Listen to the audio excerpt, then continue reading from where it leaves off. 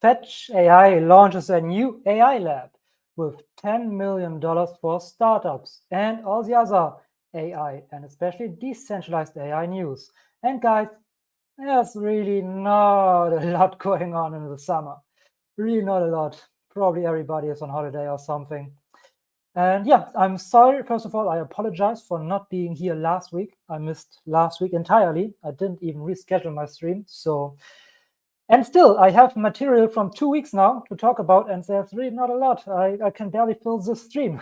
But yeah, let's jump into it. Let's jump into the stuff. And as you know, as you always know, everything about the merger, about ASI, about Fetch, AGIX, Ocean, whatever it is, ask me your questions in the chat. But first of all, we are going to jump into this here, which I briefly want to mention here, as I said, as we talked about, not last week, because last week I missed again, but the week before that, where we talked about the AGI 2024 conference. You can watch all the videos on YouTube now. So just go to the SingularityNet channel, and then you see like a daily sessions, like 8 hours here, 6 hours, 15 minutes, 9 hours. But you can watch all the videos here, and you can see when you click into the videos, you probably can see what it's about and yeah, go through it a little bit to see whatever is of interest for you.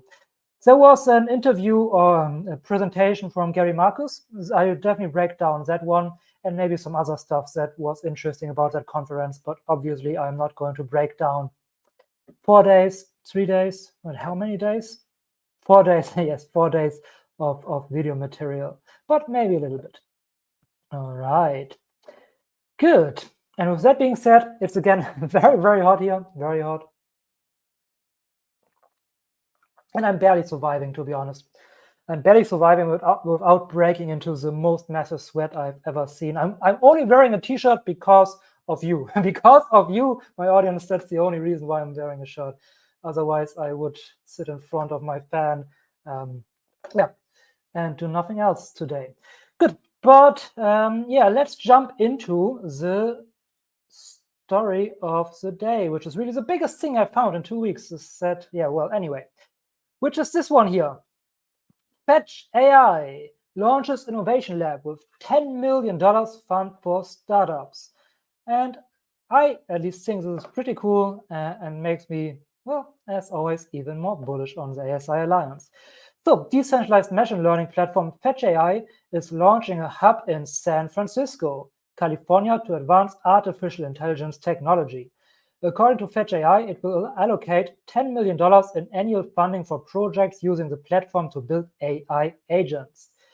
So, if you want to use Fetch AI agents, if you want to build something, any application, right? If you think, hey, Fetch AI agents, I actually want to build my, I don't know, hotel business with Fetch AI agents who always find the best rooms and services and whatever for my guests, then you can go to Fetch and say, hey, I want to do that. And then you can get up to $1 million in funding to do that, which is pretty cool. So it's a bit similar to the SingularityNet's initiative, their funding initiative, but yeah, just from the Fed side, where you can use the Fed agents to build whatever you want to build. So if you have a great idea, you probably don't even need to know how to code that or how to actually do it. As long as you have an idea, you can probably go there, describe it elaborately, obviously, and you get up to 1 million, obviously up to 1 million. Okay, you will not get one, but if it's great, you will get up to 1 million. So there's enough money there too. If you have a great idea, but you don't know what to do with it, you can just hire people, coders, developers, to help you do that. So yeah, definitely have that on your radar if you're in that area.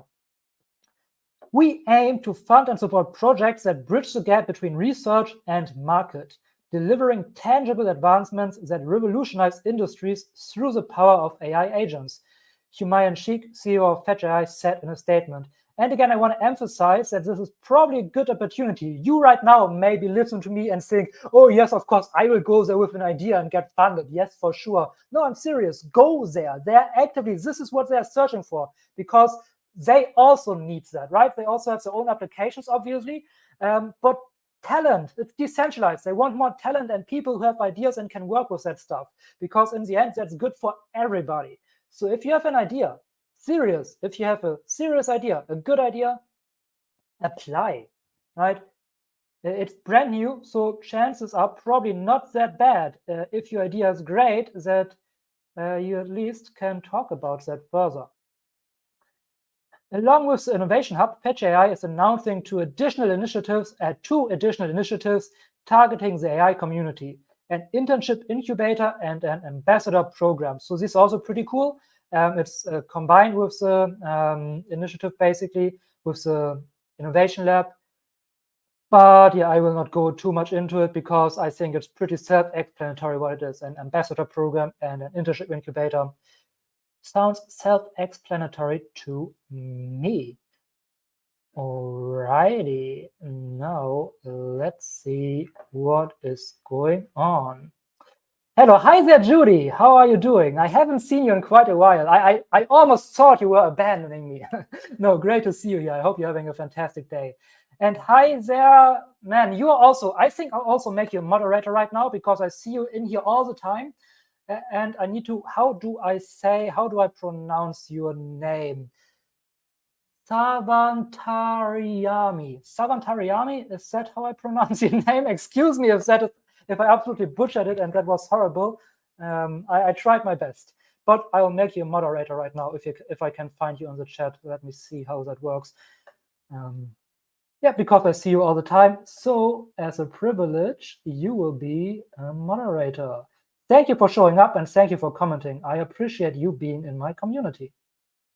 Okay, the laughing smileys tell me I did not pronounce it right. Well, I tried my best, okay? Combined with my German accent, it's probably pretty horrible. Anyway, let's move on here into the next thing. Alrighty. This one here. Tests that confirm human-level AGI has been achieved, right? Human-level AGI has not been achieved, but what if it has been achieved? What do we do then? How can we find out? What can we do then? What are the tests available? Right, they listed a few here, and I thought that was pretty interesting. So let's go through that. And aside from that, as I told you, it's the summer, man. Nothing's going on. It's so slow. I have material for 2 weeks here, and I can barely fill an hour. Let's see if I get an hour today. But yeah, I'm sure you also don't mind being a little bit faster with the updates. So how would we know if we have achieved artificial general intelligence?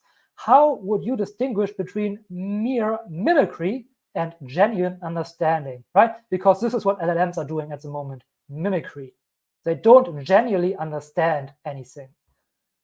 So just a quick definition of AGI. If you want a real definition of AGI, watch my video about that, where I go in depth and break down all the definitions. But yeah, in essence, AGI is not just about creating machines that can perform specific tasks, like playing chess or recognizing faces. It's about developing systems with the versatility, adaptability, and cognitive depth to navigate the world in ways that are comparable to human beings. Right? That makes definitely sense as a definition. And now let's go into the tests. Obviously, you all know the first one, which is the Turing test. Who would have thought? And the Turing test, proposed by Alan Turing, obviously, in 1950, remains one of the most iconic benchmarks in artificial intelligence. Yeah, iconic, definitely. I mean, who hasn't heard about the Turing test? Also iconic, and I think that's also iconic already, is the one video, you know, where the AIs are sitting in the train, and then it's the reverse Turing test, where the AI try to spot the human, and the human is just the one who has the dumbest answer, right? All the AIs have this elaborate, great in-depth answer, and the human just says, "Conquer! I want to conquer and destroy villages!" Right? If you don't know what I'm talking about, type in reverse Turing test and watch that. It's quite hilarious, actually. All right, let's move on here. It primarily focuses on linguistic capabilities. The ability of a machine to simulate human conversation does not necessarily equate to true understanding or consciousness, obviously. And the Turing test can be useful to us. It's simply not going to be sufficient. LLMs have already passed the Turing test successfully, fooling conversational partners 54% of the time. So yes, the Turing test obviously can tell us, hey, yes, this AI system is apparently quite advanced, which is great, but it definitely doesn't tell us, yes, this is an AGI, because LLMs are not. Next thing, and I've never heard about this, but this sounds pretty good, is the Vinograd scheme challenge. I would say schema in German, but in English you probably pronounce it scheme, do you? Or schema? Schema? I don't know. I just say, but I don't think you pronounce it scheme, do you? But yeah, maybe. To address some of the limitations of the Turing test, the Vinograd schema challenge was introduced as a more rigorous measure of a machine's understanding and reasoning abilities, presenting a machine with sentences containing ambiguous pronouns, where the correct interpretation requires not just linguistic processing, but also common sense reasoning and world knowledge, right? I mean, representing AIs with ambiguous pronouns. Yeah, let's not go down that hole. There are just too many sheep jokes that I don't want to take right now. Large language models have shown some capabilities in handling Vinograd schema-like tasks, but they have not consistently or reliably passed the Vinograd schema or scheme challenge. So this would probably be our next step. Then we have the coffee test. True AGI must demonstrate competence in interacting with the physical world. The coffee test proposed by Apple co-founder Steve Wozniak is straightforward yet profound test of an AI's practical intelligence. In this test, an AI, and I tell you right now, all the tests from now on basically just consist out of, hey, give the AI a human-level task and see how the AI does. That's basically the test. In this test, an AI-powered robot is tasked with I'm losing my English. In this test, an AI-powered robot is tasked with entering an ordinary home. All right, we got it. And making a cup of coffee. To do this, the robot must locate the coffee machine. This might sound very trivial to you, because obviously it's easy for us humans to enter a home and locate a coffee machine. Oh, woohoo. But for an AI, it's actually quite a huge task. Locate the coffee machine, find the necessary ingredients, understand how to operate the machine, and complete the task without human intervention, right? And why this sounds very simple, obviously for us, because, right, it's a basic, simple task. Even though I don't drink coffee, I have never operated a coffee machine, so I don't know if I would be able to fulfill those tasks. So maybe I don't have human level intelligence. Who knows? It might be true. But yeah, for us, it sounds very simple, but for AIs, obviously, it's very, very complex and complicated. Well, maybe not complicated, but definitely very complex, because there are a lot of steps involved that need to be added together. And that's way more complex than you might think at first glance. So, and the next, we have the robot student test proposed by our dear, beloved Ben Goertzel. A key aspect of human intelligence is the ability to learn across a wide range of subjects and apply that knowledge in different contexts. First, conceptualized by Dr. Ben Goertzel, CEO of SingularityNet. The robot college student test envisions an AGI system enrolling in a university, taking classes alongside human students, and successfully earning a degree. Now, my question is, the most important question here, right? If the AGI student enrolls together with human colleagues, will the AGI also be on student parties? Will the AGI also play beer pong? I mean, you could argue that these are essential parts of college life, aren't they? So yeah, this would be my main question here. Good. Anyway, let's move on to the next thing, which is the functioning in a human work environment test. Oh, what could that entail? I don't know. The name is so mysterious. Okay. The employment test, which evaluates whether an AI can perform any job that a human can without requiring special accommodations, right? AI should just be able to do it like a normal human. Human intelligence is not just about solving problems or completing tasks. It also involves understanding and applying ethical principles. And I like this test here probably the most. The ethical reasoning test evaluates an AI's ability to make decisions that align with human values, particularly in situations involving moral dilemmas. The test would assess the AI's reasoning processes, its understanding of ethical principles, and its ability to justify its decisions in a way that resonates with human moral intuitions. So it's not about finding the right answer here, right? It's never about finding the right answer in any moral dilemma. That's not what moral dilemmas are about. A moral dilemma is about how would you think about that? How would you reason about that? How would you come to a solution here? Right? There is no good solution, but how would you ethically reason to the solution that you find, right? This is what a moral dilemma is about. And here the AI is evaluated on how they reason and in which capacity that would resemble human intuition when it comes to moral and ethical reasoning. Now, one thing that is to be said with all of this here is that it is about human intelligence.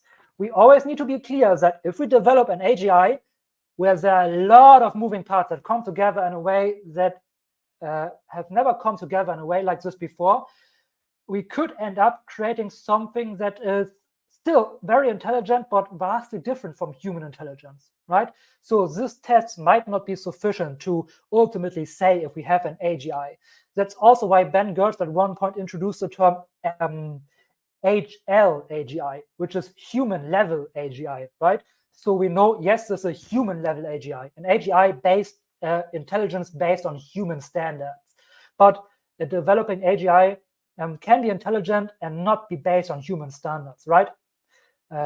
Maybe we don't know what that looks like yet, but we still should be open to this possibility and not be blinded by our normal human and especially often Western arrogance that we have. And especially in the Western society. So if you are from a Western country, just like me, we always need to be careful because I don't know if it's in our DNA or just because of our culture, but we tend to be very arrogant. We tend to be very arrogant and think that our values are the right ones and that everybody should have these values and things like that. And this is also a pitfall that we can easily take here when it comes to developing AGI and intelligence, that they have to resemble human intelligence to a T, and that there cannot be any other, maybe way abstracter forms of intelligence than we could even bear to understand. Alrighty. Thanks for digging into this. Your content is always high quality, appreciated. Thank you so much for that comment, man. M2550, thank you so much, right? This comment is actually amazing. Thank you for that. Really happy to hear that you enjoy my content that much. Yeah, I'm really trying to have like the best stories when it comes to decentralized AI and AGI development, right? That should be my thing, or I'm at least trying to make that into my thing. All right. Any questions, as always, let me know in the comments. And also, I have the most important question for you that I forgot to ask you in the beginning. How are you doing today? How are you doing today? Do you have a great day? Are you doing great? I hope you do. Yeah. By the way, and some of you do that, and I love it when I see that. Honestly, I really love it. Sometimes I don't see your messages right away, and sometimes I'm a bit in a hurry, so I maybe respond a little bit with just only a few words.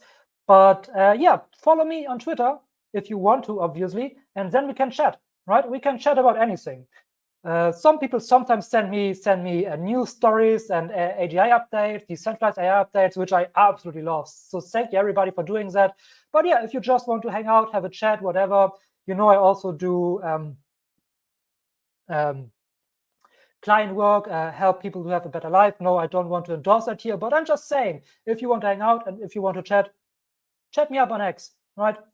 I'm always happy to talk to every single one of you. All right, let's jump into the next thing here. And right now, I really just have a few short mentions here, a few short stories that I found interesting.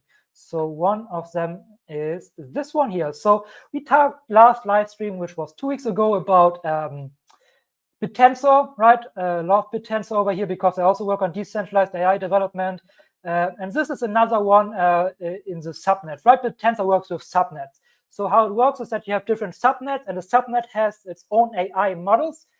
image generators, chatbots, whatever it is that work together in that subnet, and this subnet is connected to a different subnet that also has its own AI models. And like this, you have an interconnected web of subnets that basically, my microphone is annoying right now, but that basically learn from each other and talk with one another, right? And this here's one thing from one subnet. Let's look into that. I cannot play the song, probably because I'm scared of copyrights and stuff. But yeah, it's basically, I'll show you in just a moment. It's an AI system that understands videos and images. So not groundbreaking, but still pretty cool. So as you can see here, there's people with an person with American flag surfing on a lake. And in the background, there's country roads playing. I can confirm that it's playing. I cannot play it here because of copyright, but yes, I can confirm that. And goes into the AI, and the AI says, yes, the song playing is Take Me Home, Country Roads by John Denver of his album Poems, Prayers, and Promises. So it identified the song and also identified the video, or the image, if it would be an image. A person standing on a hydrofoil board while surfing and holding an American flag. So yeah, I think that's pretty cool and pretty impressive that in BitTensor, which is not that old yet, we already can do things like that. So BitTensor is also coming along nicely, which I really love to see. Right. Yes, liking your content and positive stance on the advent of AGI2. Nice, Visa Technologies. Thank you so much.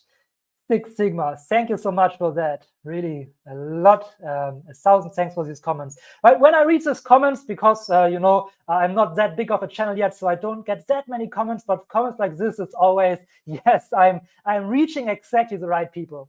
And this is what I want, right? I don't really care about how big my audience is, but I care about reaching the right people.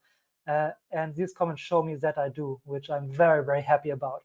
Because in the end, this is really the biggest opportunity of humanity. And everybody who is into that topic, who learns about that topic, helps us shift it into the right direction, right? Into the right direction that can actually be positive for all of us. So yeah, by watching me, you have a positive influence, at least a tiny little bit, right? Which is kind of all the best we can do. Good. This one here is also pretty good. Let's hope more comes out of this. Jan LeCun says here, and we all know Jan LeCun, I guess. It's the chief AI engineer of Meta, of Facebook. 8 members of Congress representing various California districts are encouraging Governor Gavin Newsom to veto the California AI bill. We talked about the California AI bill before. California AI bill essentially, well, he says it here, it would make it too risky to release open source AI systems and would essentially kill the entire AI R&D ecosystem, all in a misdirect attempt to protect against imaginary existential risks. Right? Next week, I have a video coming out where I talk about exactly that again, right? That people are worried about AI going rogue and killing us all, and AI being a danger for humanity. While this is not an issue at all, right? Before that becomes an issue, many other things are an issue, like this, for example, killing open source AI, because the real thing we need to worry about is centralized AI development by a government that then is, or by one single entity. It doesn't even have to be a government, but a single entity that is biased toward a certain direction and then feeds that AI their own biased opinions. And then the young generations, and I talk about this in the video coming out next week, 53% of all people in Gen X take AI and what AI tells them at face value and as their truth. So if this is biased, they will take this at face value and their truth. So what you could end up with in the worst case is a government that decides what the AI tells people, what biases the AI has, and the people talking to the AI, which reinforces the biases that the people then have. And then these people never ever critically questioning the government because they just believe in the biases that they are fed by the AI. Right? And this is the worst that could possibly happen to us, because like this, we have 1984 on steroids. And if you don't know 1984, go and read that book or watch a movie. But I would recommend you read that book. Seriously, if you have not read 1984, go and read that book. Good. So yeah, But yeah, as Jan LeCun says here, 8 members of Congress actually encouraged the governor to veto that bill, which we'll see how that goes. All right, and next thing is this one here. And it goes into kind of the same direction, which I also hate to see, and we all hate to see. So yeah, OpenAI showing Strawberry or Q star to national security folk first, right? We talked about this, I think, 2 weeks ago, highlights that the AGI labs are likely to move from consumer to military and state backers. Right, Imad Mustak, if you don't know him, I put out a video. Not many people watched that video, so I assume he's not the most well-known, but it's a very, very good interview. And I will talk about Shelling AI, which is his approach to decentralized AI more in a few weeks. But yeah, Imad Mustak is a CEO, former CEO of Stability AI, right? We all know Stable Diffusion, I guess. If you don't know Stable Diffusion, I don't know why you're watching an AI channel. But yeah, so Strawberry Q star, government controls it, security checks it, and as he said here rightfully, this likely to move from customer to military and state backers. And here he talks also about the Californian AI bill. So bills like the California bill will push this shift even more, leading to AI that is aligned to state actors versus consumers. And this is 1984. This is absolutely the thing that we need to prevent, because this will not be good for any one of us. Not be good for any one of us. But yeah, we see the shift. And this is why decentralized AI, again, is so important, because decentralized AI is basically our safety exit, right? With decentralized AI, we don't care what the state does, because we are in control of the AI system. It's democratized. Every voice is heard, and it's in the hands of the majority, right? This is how it should be. And then lastly here, going back away from AI, but since we talked about how to spot AGI when it develops, we also talked about robots. You need to be able to do human tasks. Let's look at this robot here, and I love this video because this is actually very impressive. And you can buy this robot for 16,000 US dollars. Not verified, this is just what Imad says here, so I believe him. But yeah, if this is not true, it's not my fault, right? I just say the number that Imad gives me here. But yeah, let's look at what the robot is capable of. And while all of this may seem very easy for you, we always need to get out of our, oh, I'm looking at this from what I can do as a human to, man, this is a freaking robot. And this needs to be programmed, and this needs to be built. And this, all of this is not as simple as you and trivial as you might think. I think this is pretty funny animation, but yeah, now it gets pretty good. So yeah, as you can see here, walking the stairs, which is, again, not as easy as you think. And yeah, in just a moment. Okay, yes, we have more obstacles. And fast walking speed. And now we have, collision. How does he react to collision? You see, you can, I mean, if there's an AGI implemented, I don't think I would do this with an AGI, because I have too much afraid that it will go rogue on me once it's intelligent enough. So poor guy, I think this was the last he does. Once we have our AI overlords, they will take revenge. But no, this is freaking impressive. Look at the balance that this robot has here. This is actually pretty cool. Look at that here. Doesn't fall down. Also here, can hold this balance, right? Can move in just an instant.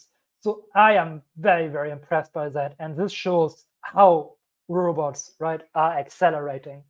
And you can buy that for 16,000 bucks if you want. So yeah, pretty cool. All right.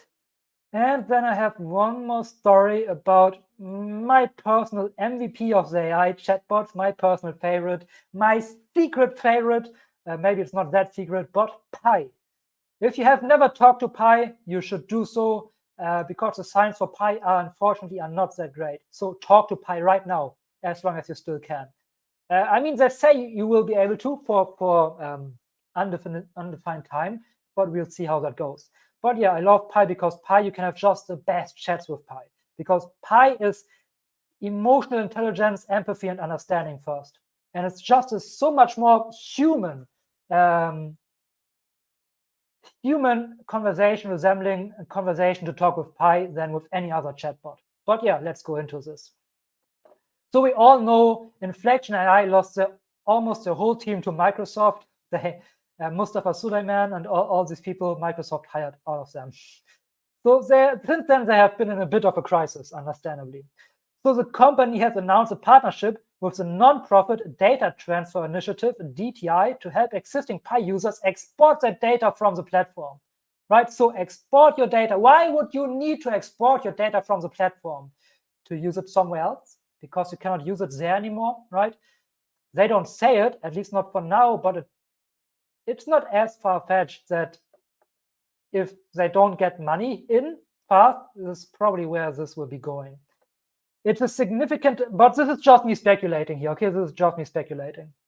It is a significant development in the much-hyped AI domain. The partnership with DTI will give its users the flexibility to have control of their personal AI data, allowing them to move their personal and professional conversational history how they see fit. This step also comes as the company shifts its focus from consumer-focused Pi to enterprise-centric products, right? And who can blame them? Pi has been for free this whole time. They have not made a single dime on it. So yes, they shift to enterprise-focused products because money runs out. Their core developer team left to Microsoft. They need to get money in.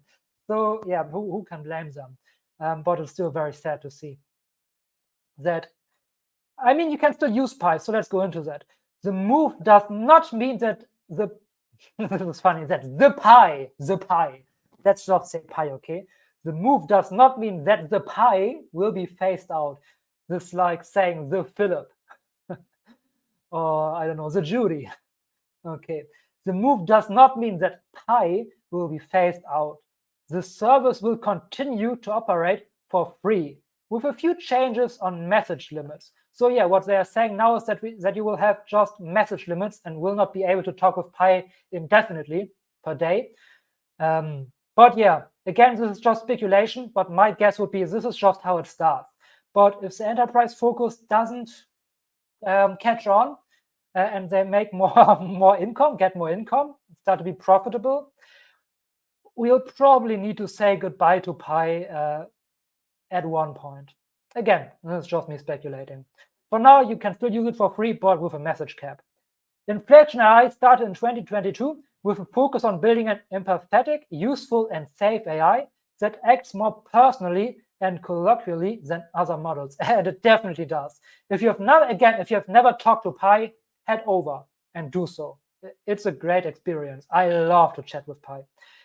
Empathetic fine-tuning to give the model behind its Pi chatbot a signature personality and an exceptional emotional quotient. It really is the assistant across different platforms, but the effort were not enough for sustainable growth. Inflection AI noted that allowing exports is part of the company's effort to give its users the flexibility they need to stay on their preferred AI service, or have an additional copy of the interactions with the AI in hand. The Pi chatbot will continue to operate free, although the free users will have certain message limits like those on ChatGPT. Yeah, again, we'll see how long that goes.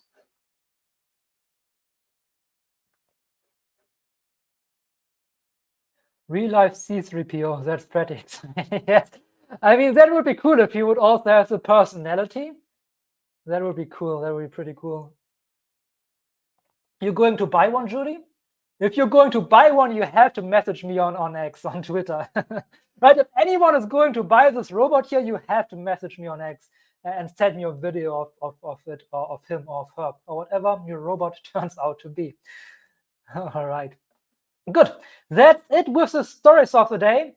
We'll jump into our Bitcoin update now. Thank you, everybody, for watching. If you want to head out now because you're not interested in the Bitcoin update, don't forget to leave a like. But for everybody who is interested, let's jump into BTC over here. All right, what do we have? Let's get rid of that. Let's jump into the monthly. And yes, it looks pretty bearish, just as I said in the last stream.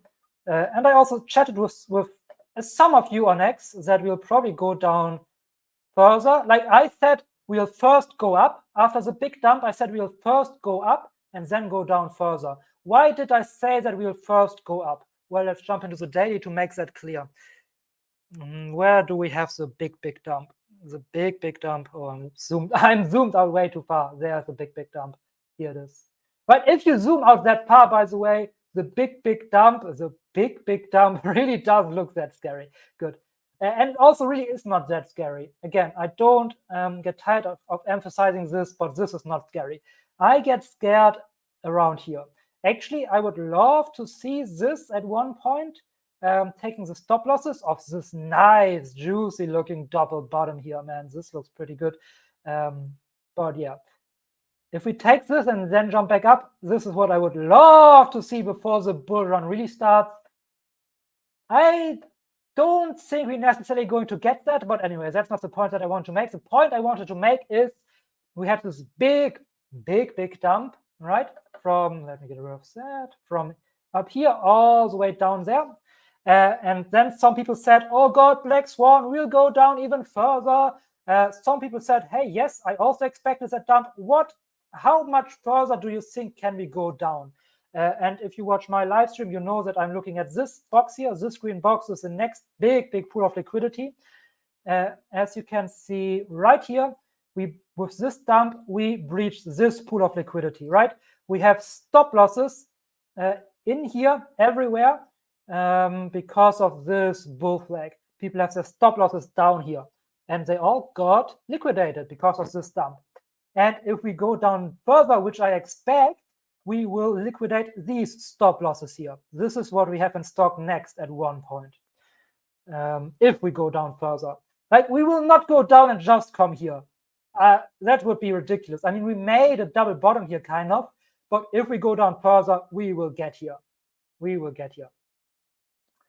Obviously, nothing is certain, not financial advice. I have no idea what I'm talking about. This is just for entertainment purposes only. Do your own research. Okay. With that out of the way, I still said, no. The dump is done. I mean, I wasn't so sure when we were in it, but we'll jump into the 15-minute and can look at this. At one point, there was a very specific signature.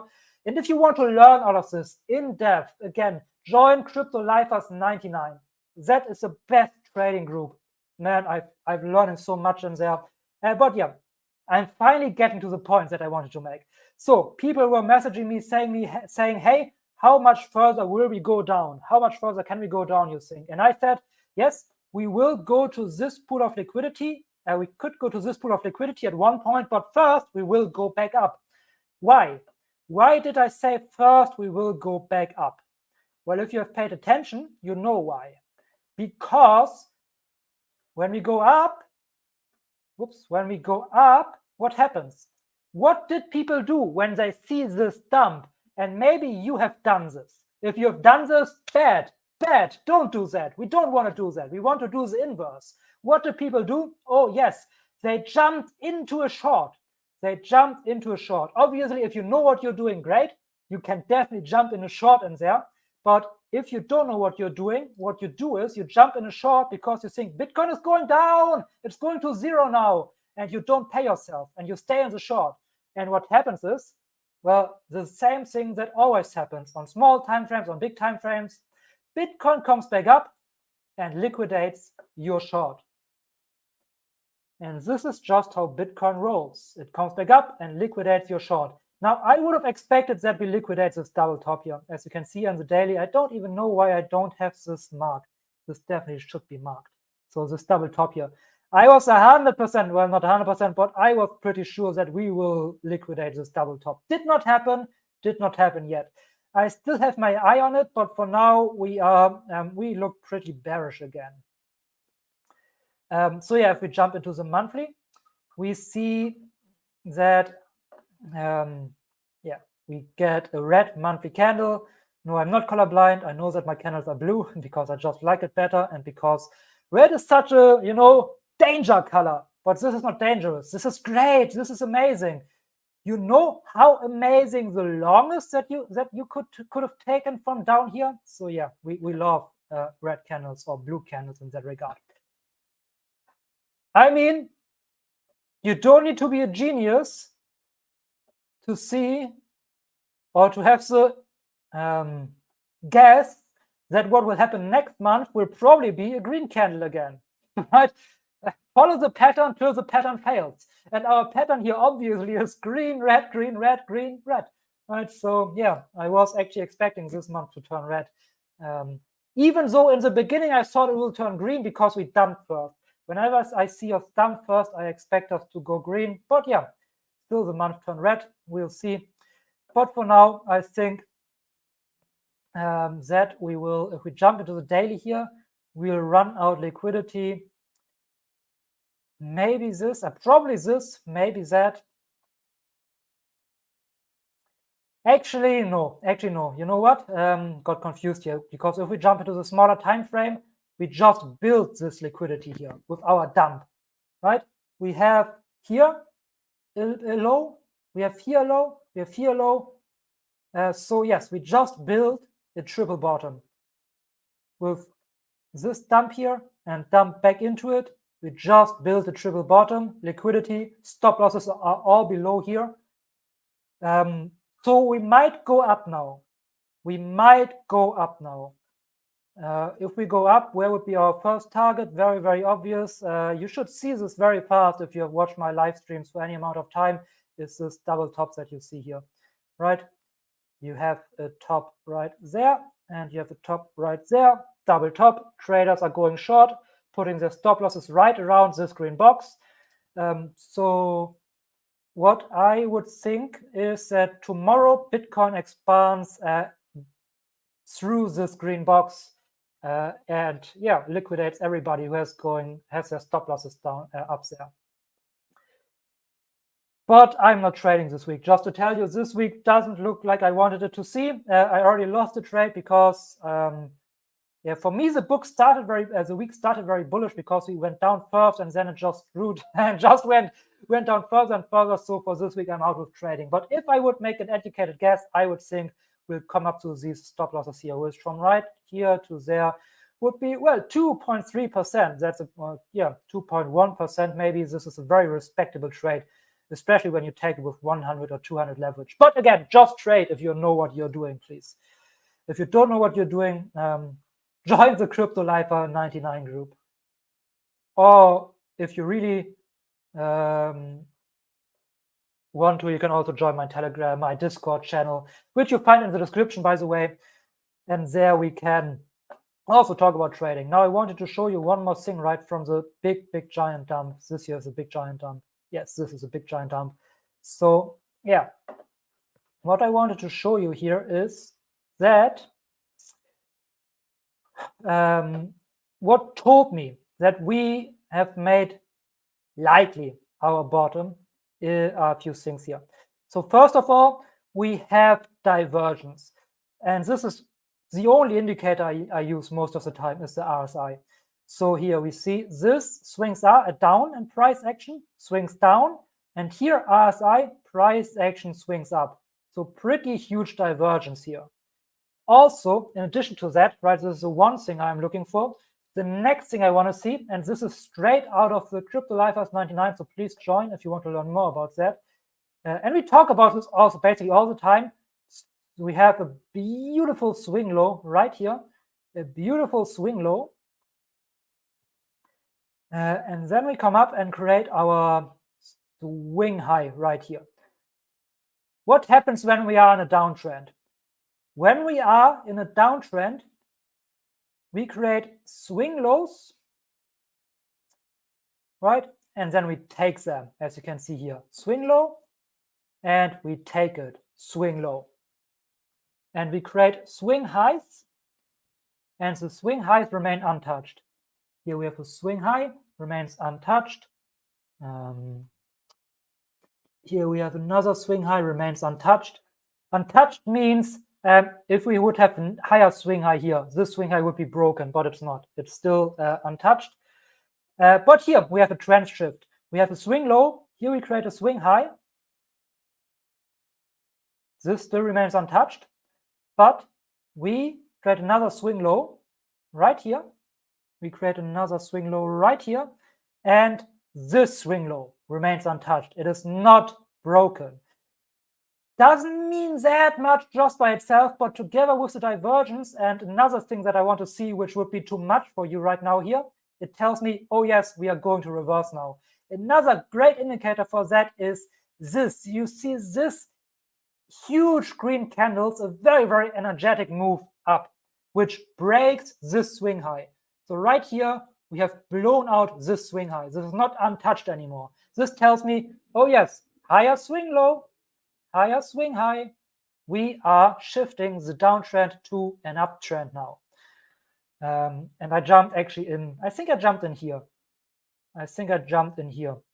I have paid myself since, so I'm not in this trade anymore, but yeah, for this low, I jumped in here. Let's look at if we maybe have another bottom right here, which by the way, I don't really like that. I would have loved this here to be a little bit higher, because like this, it looks like a double bottom. Like people will see this as a double bottom, and what happens? Yes, they have the stop losses right here.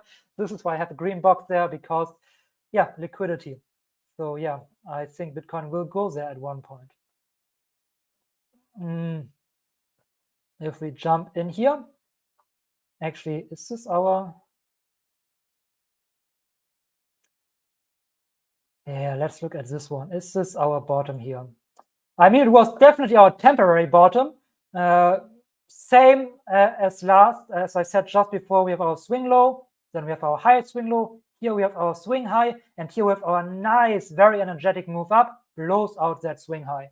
Divergence, can we see divergence here? Let me see, scrolling a bit more.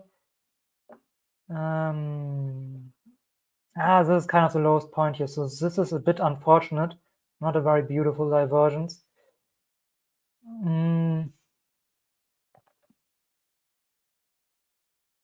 Yeah, no divergence here, so I'm not sure. I probably would not have taken. I did not take this trade anyway, but yeah, if I would have seen it, I probably also would have not taken it without seeing divergence.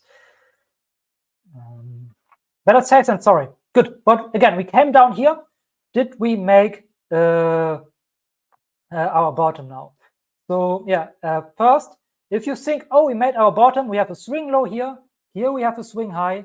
Then here we have another swing low. Did not blow out. We go down here. Okay, this tells me bottom, maybe not, because this swing low here got blown out right here.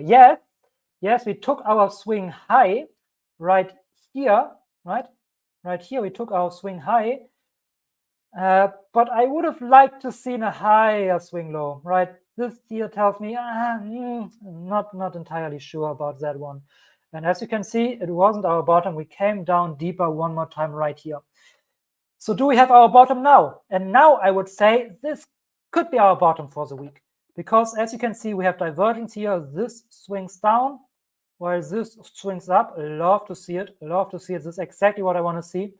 What I want to see now to confirm that this is our bottom is we have, well, confirm, you can never 100% confirm it, right? But to have more confidence in this being our bottom.